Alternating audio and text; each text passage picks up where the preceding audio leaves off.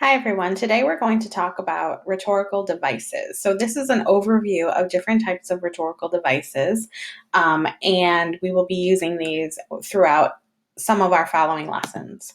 So, what is a rhetorical device exactly? A rhetorical device is a use of language that creates a literary effect. Basically, this is a technique that is used in language to convey ideas and messages in a persuasive way.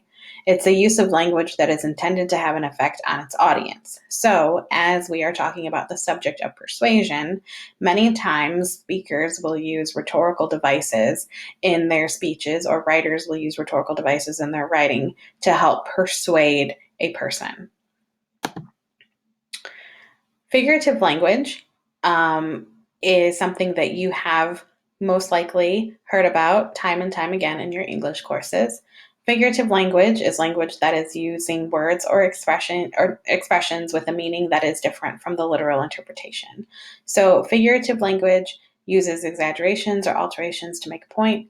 You know that metaphors, similes, personification, and repetition are all examples of figurative language. Figurative language is a type of rhetorical device, so that's the connection there. So, the first type of rhetorical device that we're going to talk about is an allusion.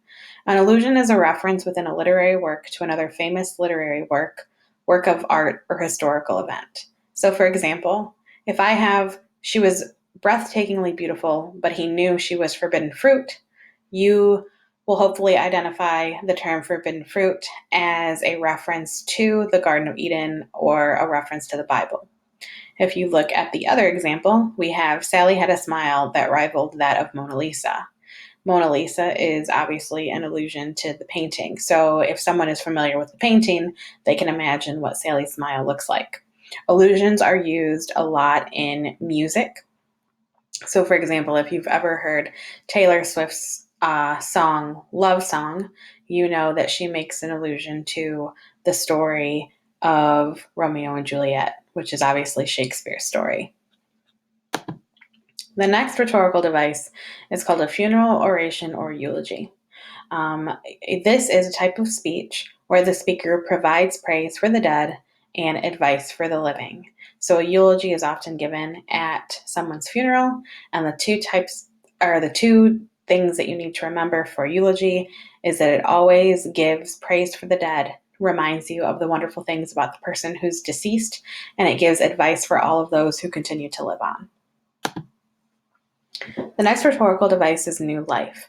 This is any word or phrase that relates to the idea of new life. So if we have the word conceived, that would be an example of new life. Parallelism is the next rhetorical device. And if you think about parallel lines, this will help you. Parallelism in English is a repetition of grammatical structure for effect. So if we have the example, when you are right, you cannot be too radical. When you are wrong, you cannot be too conservative. We have the repetition of when you are right, when you are wrong, which is parallel to one another. You also have an example, new roads, new ruts. So we have new this, new that. Those are examples of a repetition of a grammatical structure with sentences that are close together. The next rhetorical device is antithesis. If you know the word antithesis, it means the opposite of one another. So when we place items in a sentence that are the opposite of one another, or if we place two sentences together that are the opposite of one another, that is antithesis. So if you have the example, give me liberty or give me death. Liberty is freedom, and obviously that is the opposite or antithesis of death. We also have the examples, that's one small step for man, one giant leap for mankind. One small step and one giant leap are opposites of one another. Life can be kind and cruel, full of hope and heartache.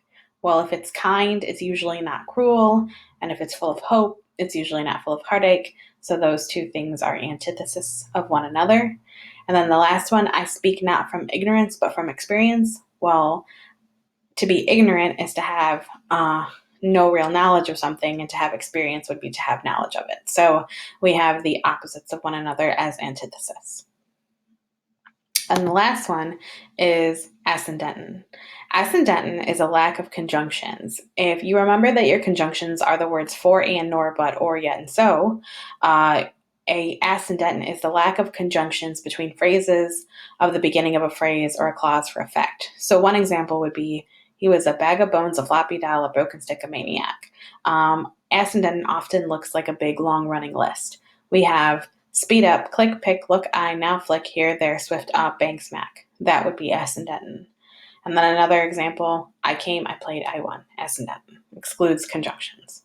So these are the rhetorical devices that we're going to be working with in class. And this is an overview of those rhetorical devices. Thank you.